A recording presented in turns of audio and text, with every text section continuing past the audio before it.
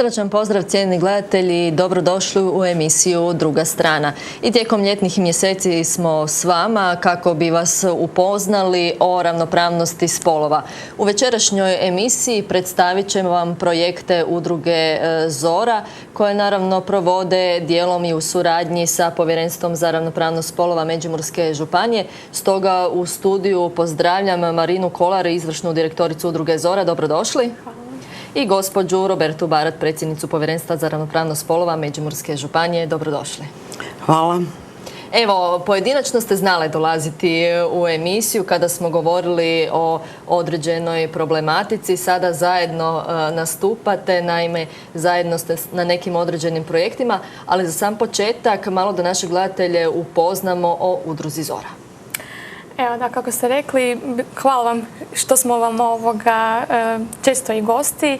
Dakle, udruga Zora bavi se edukacijom o ljudskim pravima.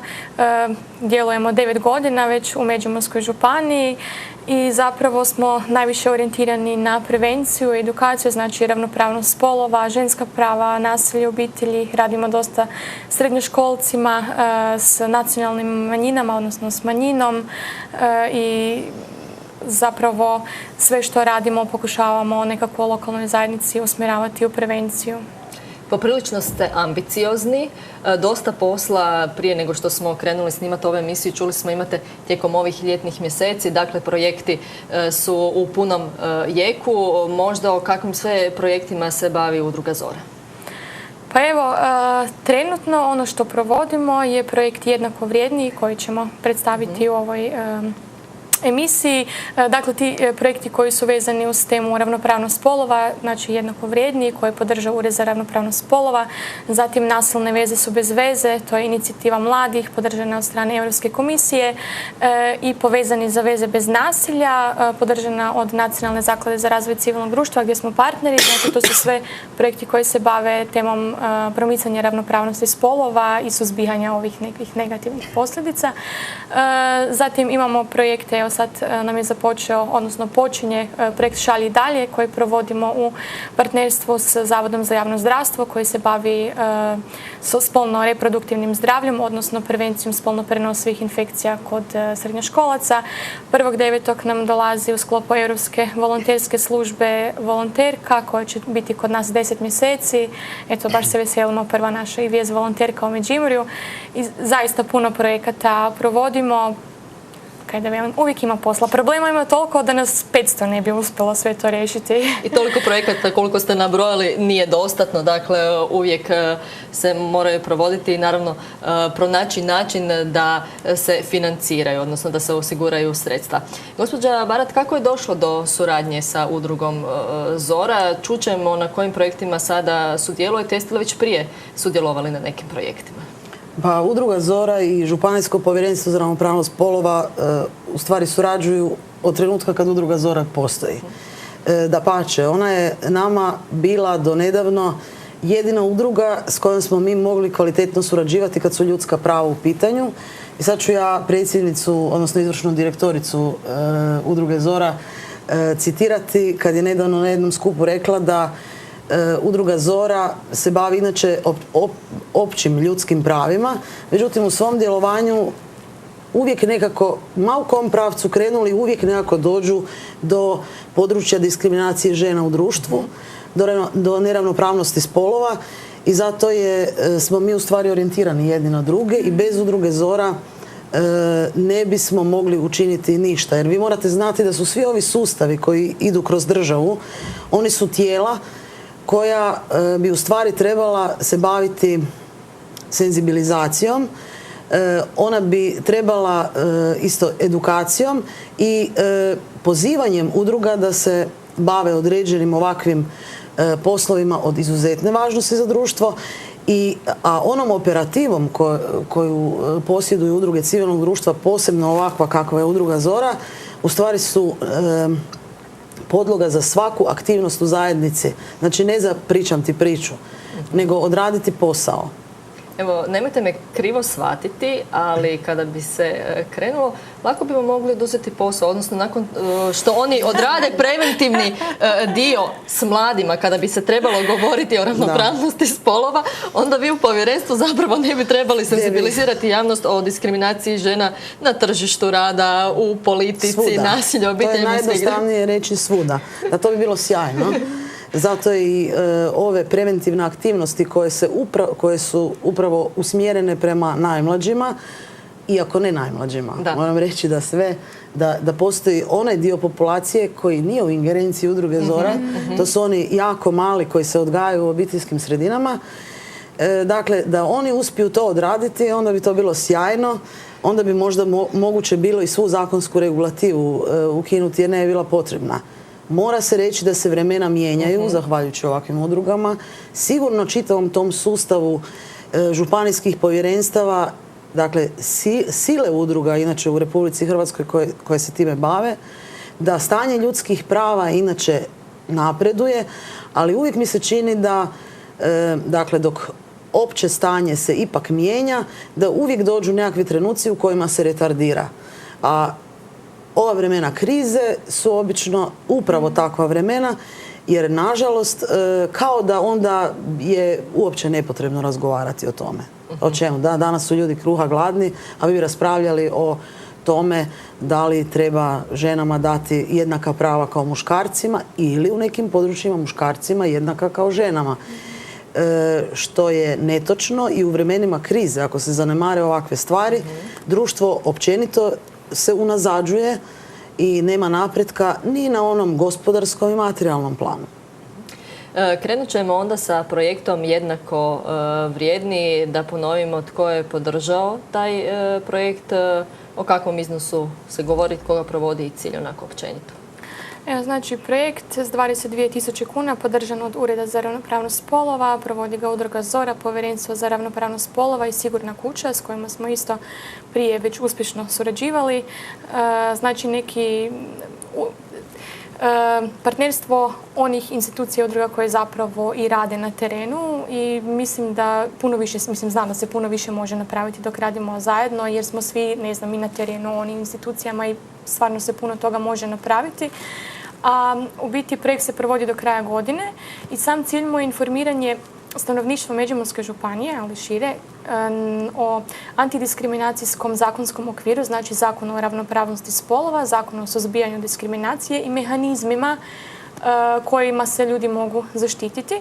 S tim da je ono što je različito u ovom projektu, da ćemo se orijentirati mahom na ruralno, dakle, stanovništvo. Ići ćemo pozivati i udruge žena i općenito seoske udruge, pokušati ih okupiti i onda krenuti u edukaciju i informiranje.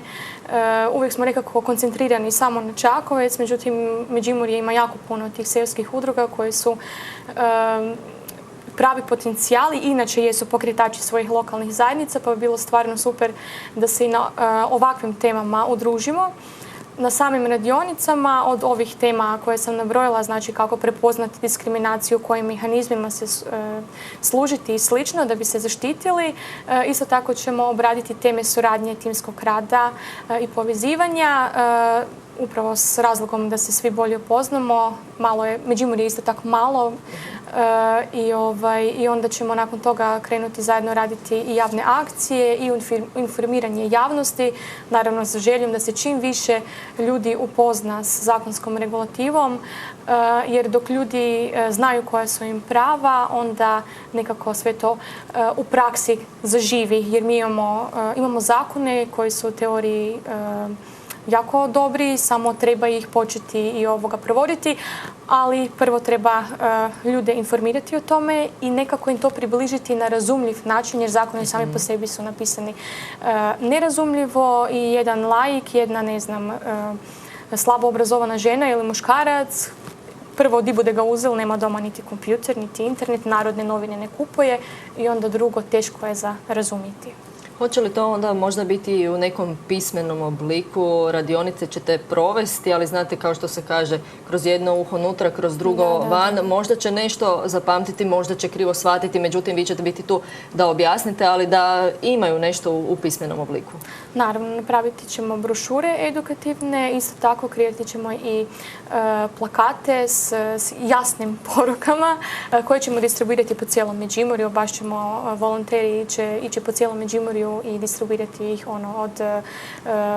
od preko komunalnih poduzeća do knjižnica, škola, svih koji zapravo sudjeluju zajedno u tom problemu, ali i u rješavanju problema. Evo, čuli smo, zakone imamo.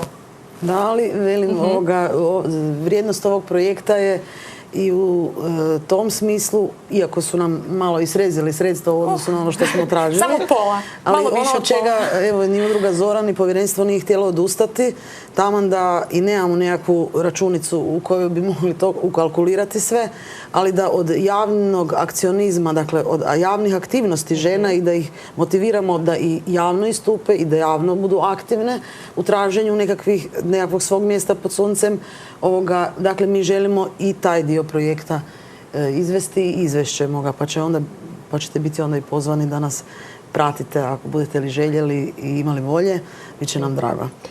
Kao što sam spomenula, zakoni postoje, zakoni su donešeni, zakoni su dobri. Da, zakoni su sjajni. Oni čak u svom okviru imaju nekakve i novčane sankcije. Zakon o ravnopravnosti spolova donesen 2008. novi, dakle izmijenjeni, i onaj 2008. to je bila valjda revolucionarna godina, donesen Zakon o suzbijanju diskriminacije, koji je izuzetna dopuna, izuzetna vrijednost, ali i proširuje dakle ljudska prava i u stvari taj zakon i prepoznaje sve one skupine u društvu koje su u ovom trenutku diskriminirane. Između ostalih, tu su naravno tu je i diskriminacija po spolu. Kao jedna od valjda 50 navedenih u članku 1 Zakona o suzbijanju diskriminacije. Ono što je nama važno da zakoni postoje, ali po zakonima danas Ministarstvo pravosuđa, odnosno sudovi, gotovo da ne moraju postupati. Recimo, Zakon o suzbijanju diskriminacije, on postoji od 2008. godine, on ide znači u petu godinu primjene, u stvari u 5. godinu primjene. On ima nekoliko, dakle, pravorijeka sudskih izrečenih, ima premalo sudskih tužbi, dakle, premalo pravorijeka, posebno onih s punom valjanošću i provedbom, i općenito dok se ne dogodi da se utužuje, da se izriču presude, dotle o zakonu kao takvom ne možemo govoriti. Što je sa Europskom unijom i hrvatskom zakonodavnom regulativom? Gdje smo po tom pitanju? I govorimo da situacija u Hrvatskoj nije baš bajna po pitanju ravnopravnosti spolova, ali i u europskim zemljama nailazimo na diskriminaciju. Mi moramo reći da smo tamo negdje 2003. godine počeli tek rječnik rodne ravnopravnosti uopće uvoditi u Republiku Hrvatsku, jer nije postojao kao takav. I danas ima 1000 nedoumica o čemu to ove žene govore, i muškarci, kakav sad to rod, pa kakav spol, pa nije spolna jednakost, nego je rodna jednakost. Dakle, mi moramo i objašnjavati terminologiju uz ono što se praktički na terenu moramo boriti za nekakva prava jednakosti po spolu i ostale jednakosti, ne samo po spolu. Znači, zakonska regulativa. Mi danas imamo dobru zakonsku regulativu. Ona se mora dalje razvijati i unutar postojeće regulative, kad su ženska ljudska prava u pitanju, koja se danas isto poznaju kao jedna određena vrsta prava, danas žene u društvu moraju jako paziti što se događa s postojećom regulativom koja postoji. Ne samo ovom regulativom, Zakonu o ravnopravnosti spolova, Zakonu o suzbijanju diskriminacije. Mi moramo pratiti što se događa sa Zakonom o mirovinskom, zdravstvenom, socijalnom osiguranju, ako hoćete. Mi moramo danas pratiti što... Dakle, tu treba aktivirati žene da prate to, obvezati saborske zastupnice u Saboru da ne dopuste srozavanje dosadašnjih prava. Dakle, kad je porodiljski dopust u pitanju u društvu u kojem je žena danas nezaštićena, kad nema općih temelja da bi dakle ona prerano napuštala dijete i odlazila u svijet rada, gdje recimo očevi još premalo koriste mogućnost korištenja porodiljskog dopusta i gdje je socijalna situacija i socijalni status obitelji takav da se ne može priuštiti rano ostavljanje djece na skrbi u nekakvim ustanovama, jer za to jednostavno nema novaca. Znači, i zato je vrijedno da svi skupa budemo uključeni u to i da pratimo i trenutnu zakonsku regulativu koja će se mijenjati. A mijenjat će se i Zakon o socijalnoj, i Zakon o zdravstvenoj skrbi, i Zakon o radu. Pa onda unutar tih zakonskih rješenja mi imamo danas neka dobra i bolja možda nego u Europi, ali mislim da si ne možemo dopustiti da isto se unazađujemo u tom smislu. Evo, Marina je spomenula da ovaj projekt jednako vrijedni povezat će ova seoska, odnosno ruralna područja. Kakva je situacija po tom pitanju žena u ruralnoj sredini? Prije nekog vremena i pravobraniteljica za ravnopravnost spolova posjetila je Međimursku županiju upravo predstavljajući jedan takav projekt. Da. Pravobraniteljica je obišla sve županije. Mi smo, dakle, i Varaždinska i Međimurska županija bile su među posljednjim županijama. Ona doista posvećeno radi taj posao i vezano uz položaj žena u ruralnim sredinama mi moramo reći da je njihova diskriminacija znači ista kao i onih u urbanim, samo još žešća.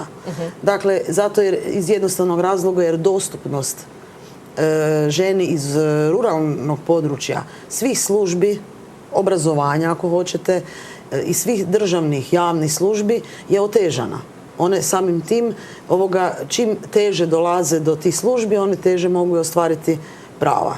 Ako pojednostavimo to do onog maksimuma, nije isto baviti se politikom ženi koja živi u gradu Čakovcu ili u gradu Varaždinu ili nekoj koja je iz ruralne manje sredine, udaljena, nema svoj auto i sad recimo ako nema svoj auto, imamo devastiran javni prijevoz koji uglavnom koriste žene, u 80% slučajeva to su mladi, djeca i žene.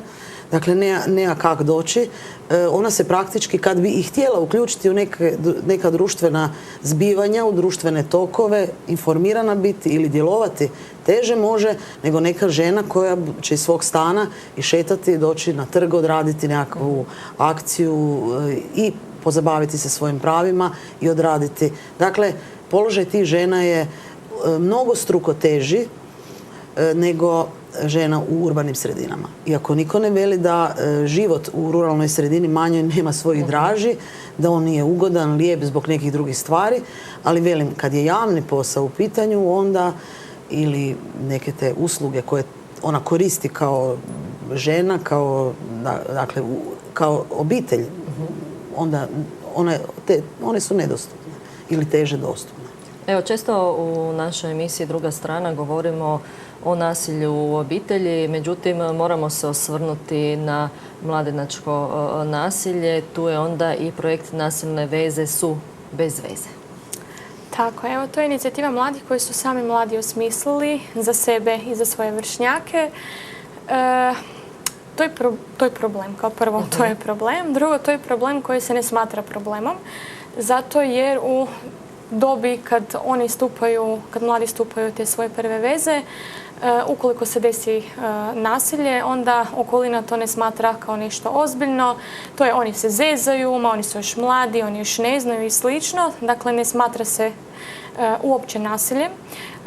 Onda mladi sami ne znaju prepoznati nasilje, pa su razna istraživanja pokazala da mladi čak ne smatraju nasiljem niti prisiljavanjem na seksualne odnose ili ako te neko udari, da ne smatraju da je to neko nasilno ponašanje, a veliki broj je priznao da je bio nasilan prema svom partneru ili partnerici ili pa da su na njim vršili nasilje. Dok govorimo o diskriminaciji općenito ili nasilju u vezama, nasilju u obitelji, važno je reći da iako žene jesu u većini žrtve, da su i muškarci ti koji su žrtve. Još jedan problem koji se javio zbog predrasuda, stereotipa muškaraca i žena je da da drugačije percipiramo nasilje nad muškarcima, pa se obično društvo iz toga izruguje, ako doslovno smije.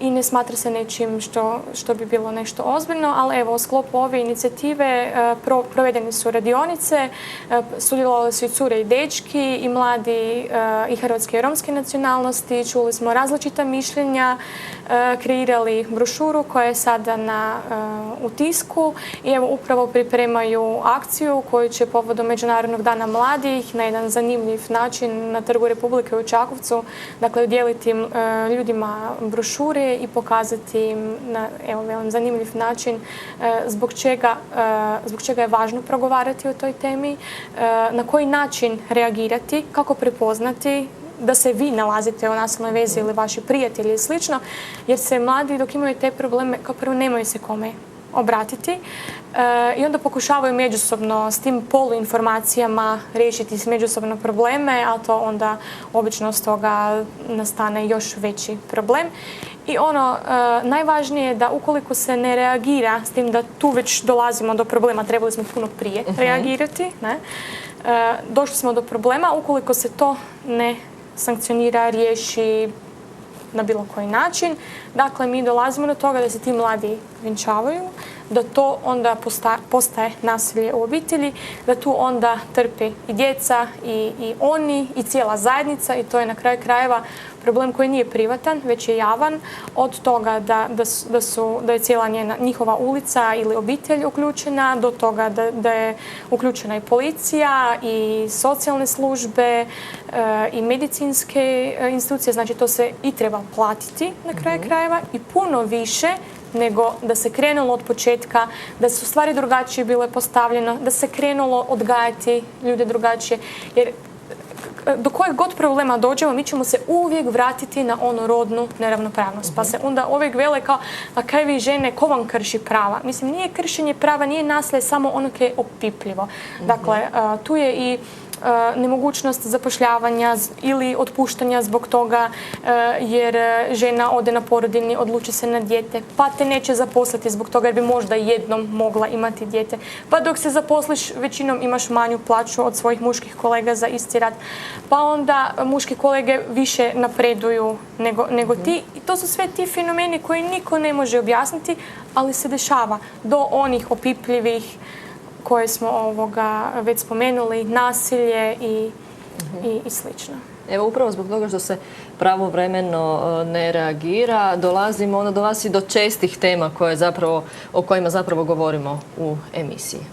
Evo, ovih dana imali ste priliku u medijima često puta čuti razmišljanja čime se sad vlada bavi, Ministarstvo obrazovanja, uvode nekakav zdravstveni odgoj, pa nekakav građanski odgoj.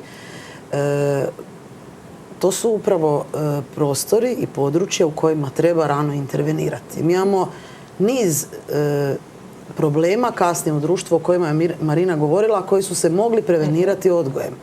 Odgoj počinje u obitelji.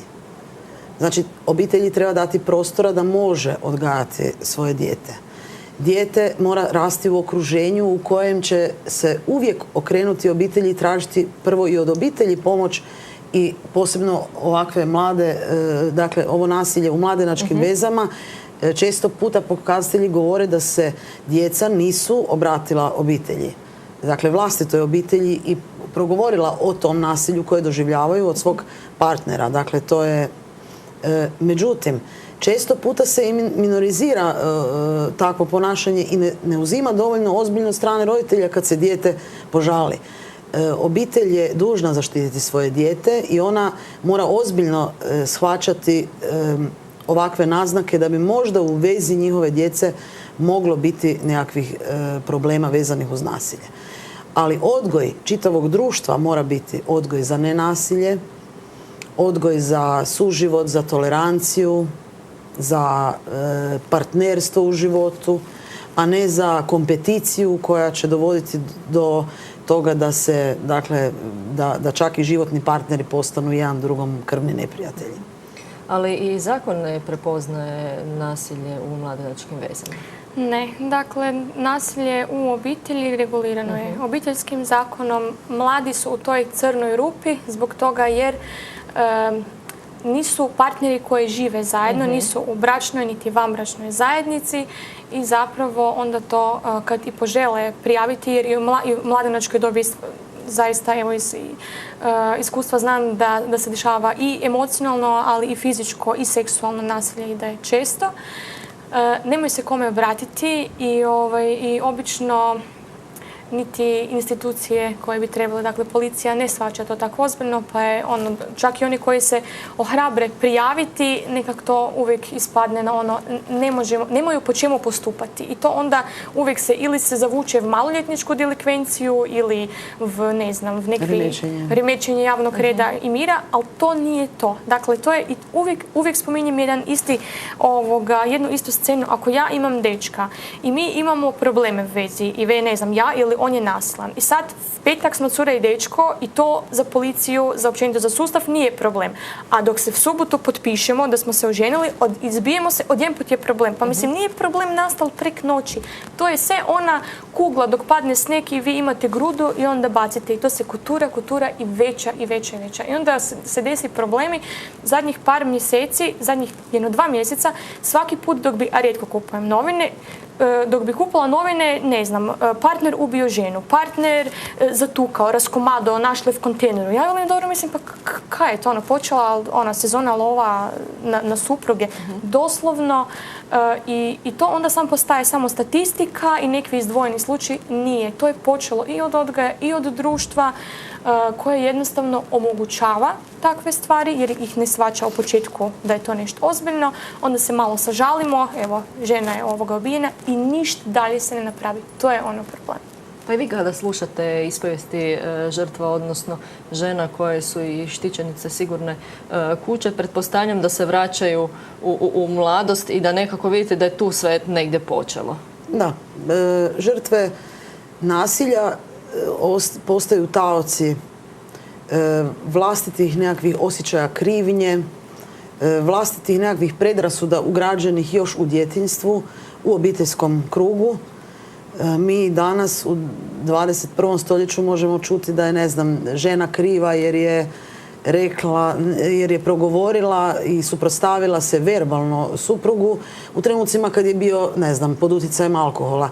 I razmišljanje o tome da bi vjerojatno bilo drukčije da je malo pričekala dok se on strijezni. Mislim, to su nevjerojatna razmišljanja za 21. stoljeće. Postavlja se pitanje, isto utjecaja alkohola i ostalih ovakvih supstanci na psihičko zdravlje članova obitelji i uopće status čitave obitelji. I čini mi se da društvo još dan danas ne reagira na onaj način na koji bi, nasilje nema opravdanja, ni psihičko, ni fizičko, ni ekonomsko, ni seksualno nasilje nema opravdanja. Ne postoji razlog zašto bi se i na bilo koji od ovih načina postupalo. Ljudi moraju nastojati živjeti u partnerskom odnosu zajedno, a ukoliko to ne mogu, onda bi trebale postojati, nažalost, mi nismo ekipirani ni savjetodavnim, ni sustavom u kojem bi se pomagalo onima koji su u problemima. Jer neko ima problem koji se može i riješiti. Ako je i nasilnik, mnogi nasilnici bi mogli u sustavu riješiti problem, ali se sustav dovoljno ne brine o njima. I onda imamo u stvari jednu tragediju u kojoj čitava obitelj postaje žrtvom nasilja. To nije samo žena ili muškarac, to su i djeca koja su posredne žrtve nasilja uvijek, jer nijedno nasilje se ne dešava na način da je nevidljivo za djecu, pa čak i za susjede i za ostale. Projekt Povezani za veze bez nasilja, također jedan od projekata koje provodi Udruga Zora. Da, evo projekt na kojem smo partneri zajedno s još 4 udruge iz cijele Hrvatske. U tom projektu zapravo trenutno je završena analiza preventivnih programa vezanih baš uz nasilje u partnerskim vezama. Dakle, pokušavamo saznati koliko zapravo to je nekako postavljeno u strategije, operativne planove, zakone i slično. Isto tako smo istraživali povjerenstvo za ravnopravnost spolova, savjete mladih, srednje škole, dakle, nekako mapirali tko što radi. Tako da će brošura biti gotova početkom ljeta. Mi ćemo je predstaviti našoj javnosti krajem jeseni, početkom ljeta. I zapravo, evo, zaključak nekvi koji je isti oni kao i dok pitaju i za europsko pravosuđe i zakone i ove, radi se, ali se još puno toga mora napraviti da bi se postigla neka ravnopravnost spolova. Dakle, nema razlike. Zaista, evo, puno se radi. Mi zadnjih 7 godina, koliko radimo baš ciljano srednjoškolcima, jako dobro surađujemo s našim srednjim školama. Ja stvarno moram i ovim putem zahvaliti. I dosta škola po Hrvatskoj radi te neke preventivne programe preuzete od udruga ili institucija, čak i ako nisu obvezni. I recimo entuzijastični profesori koji svim silama pokušavaju nešto napraviti i ne samo čekati da se taj zdravstveni ili građanski odgoj uvede.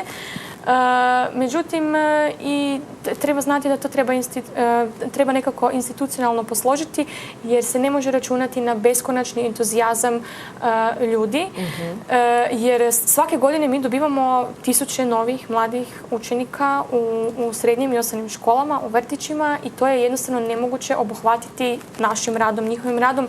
To treba jednostavno biti sustavno posloženo. Evo, tako da jedna stvar koja mi je strašno važno za reći, dok se govori općenito o svim tim problemima i zaštiti i diskriminaciji ili bilo kaj, da ljudi vole reći je kao svi trebamo imati ista prava, ali. Znači nema ali. I u zakonu o diskriminaciji i u Ustavu piše bez obzira na spol, rod, vjersko opredjeljenje, spolno opredjeljenje. Dakle, bez obzira na sve, svi bi trebali imati ista ljudska prava. Tako da to ali je uvijek nešto što se pojavljuje, čime sebe pokušavamo nekako oprati od toga da imamo predrasude, svi imamo predrasude. Tako da jednom dok se počne u društvu to praktično provoditi bez onog ali, onda mislim da budemo tu negdje na dobrom putu. Da. Evo, moram još jedno pitanje postaviti. Spomenuli ste kako mladi imaju uvijek neke poluinformacije, odnosno sa svojim vršnjacima se nešto razgovaraju ako se usude. Bili su mi i članovi statusa EM gdje su govorili da se mladić zapravo ne bre svom prijatelju potužiti jer onda je mekušac ili tako nešto. Pa me zanima koliko zapravo vi u te svoje projekte uključujete i relevantne stručnjake. Spomenuli ste i entuzijazam od profesora, međutim ne može taj entuzijazam trajati zauvijek. Evo, u svim projektima pokušavamo uključiti sve one relevantne, uvijek to zovemo relevantne institucije. Dakle, psihologe, socijalne radnike, povjerenstvo, Zavod za socijalnu skrb, Zavod za zapošljavanje ako radimo s nezaposlenim ženama, Zavod za javno zdravstvo ako radimo na spolno-reproduktivnom zdravlju. Zaista je potrebna posvećenost i sustavan rad svih koji su uključeni. Zbog toga jer isto kako smo svi zajedno sudjelovali generacijama u stvaranju bilo kojeg problema, isto tako moramo sudjelovati u rješavanju tih istih problema. Ne može se očekivati da, ne znam, jedan entuzijastični profesor ili jedna udruga ili jedan odjeljak neke institucije pokrije sve probleme, pa postoje oni, pa onda mi ne moramo ništa. Jednostavno previše je toga i to treba svih, problem obiteljskog nasilja treba rješavati s toliko različitih strana da jednostavno je potrebna ta ekipiranost i suradnja. I zbog toga, evo, ja sam zaista zadovoljna, mi jako dobro surađujemo sa svim institucijama, koliko možemo u svojim projektima, uvijek idemo na rad na terenu. Uvijek se idu te iskustvene radionice u kojima se mijenja mišljenje, znači stječu se neka vlastita nova iskustva. Pa evo, jedna rečenica s zadnje radionice, ove nasilne veze su bez veze. Dok smo na završnom krugu utiske, dojmove govorili, jedan dečko je rekao, ne da sam naučio puno toga i prepoznao nasilje u svojim vezama i u prijateljskim vezima, nego sam osvijestio kako sam ja isto nekad bio činio stvari koje bi se mogle nazvati nasilnim i osvijestio da to dalje ne činim. Dakle, i u ovom projektu jednako vrijedni isto radit ćemo direktno. Dakle, to je bitno. Bitno je osvještavanje ljudi, bitan je rad preko medija, bitni su leci, ali to neko iskustveni doživljaj i promjena stava, to je ono što je najbitnije. Time jačamo, osnažujemo pojedince, jačamo civilno društvo, odgajamo, ne znam, nove aktiviste, nove političare koji će se baviti tom zanimljivom znanošću. I time jačamo, dakle, cijelu županiju, bilo da se o bilo kojem problemu radi. Svi imaju pravo na život bez nasilja, ali se svi moramo u to i uključiti, ne samo čekati da neki drugi to malo poprave. Evo, kao što ste i sami rekli, pomaci su vidljivi, ali ima još dosta prostora za napredak. Obzirom da ste spomenuli sve te projekte, poprilično aktivno ljeto i poprilično vruća jesen vas onda očekuje. Mislim da budemo se svi Mene to zapravo jako veseli. Svaka godina je, uvijek si mislimo, evo, imali bomo sad malo vremena da se odmorimo. Međutim, da i imamo ta nekva razdoblja v kojima bi se mogli odmoriti, meni to nekak baš i nije mi to napeto. Sretna sam dok imamo projekte na kojima možemo raditi, pogotovo s partnerima s kojima se dobro slažemo, koji su stručni i s kojima puno više možemo postići. Problema nikad manje, uvijek više i stvarno puno trebamo raditi na tome. I najljepše je, pogotovo kod nas, u biti i kod vas, u tim malim zajednicama, dok se odmah vide rezultati. Kao što smo prošle godine radili s, žrtvama obiteljskog nasilja i dugotrajno nezaposlenim ženama, dok raditi s 30 žena, od kojih se 18 zaposli. I dok vidite makar jednu priču žene koja je izašla iz sigurne kuće, koja se totalno resocijalizirala, zaposlila, odselila, našla, počela novi život, onda znate da sve kaj radite ima smisla, bez obzira da li je plaćeno volonterski cijeli dan, cijeli noć, po vrućini, po zimi, ima smisla. Dosta posla, pretpostavljam, očekuje Povjerenstvo za ravnopravnost spolova Međimurske županije. Danas, dakle, očekuje, i moram naglasiti, ovaj projekt Jednako vrijedni nastao je u onim razmišljanjima koja prethode, moramo napomenuti, lokalnim izborima iduće godine. I tu, kad govorimo što se radi, koliko tih ali ima, svi ali nekako počinju s novcem, znate, nema novaca. I sad smo došli do onog gdje žena ima najmanje, a gdje bi najviše trebale biti da bi se upravo izdvajala sredstva za rješavanje i ženskih problema u društvu i obiteljskih, jer su žene jesu jednim velikim dijelom nositeljice ovog obiteljskog života i partnerskog, dakle suživota. Dakle, nema ih tamo gdje je najbitnije područje moći. A moć je novac, vrlo jednostavno rečeno. I to su općine, gradovi, županije, Hrvatski sabor. Dakle, ima premalo žena. I kad ste spomenuli boravak gospođe pravobraniteljice na ovim područjima, ona je isto o tome govorila. Dakle, 85% muškaraca na nekim razinama upravljanja i do 95% muškaraca odlučuje o 100% javnog novca. Hoće li muškarci zastupati ženske interese i ono što ženu interesira u trošenju tog novca? Neće. I upravo zbog toga je naš interes su udruge žena u ruralnim sredinama. U Međimurskoj županiji ja moram reći da smo mi u sjajnoj situaciji, ali imam osjećaj dok se stvari ne pokrenu, dok nema više žena, onda nema ni potrebe da se dođe do onog što Zakon o ravnopravnosti spolova propisuje, 40% podzastupljenog spola u rukovođenju, dakle i u izvršnim i u predstavničkim tijelima općina, gradova, županije i države.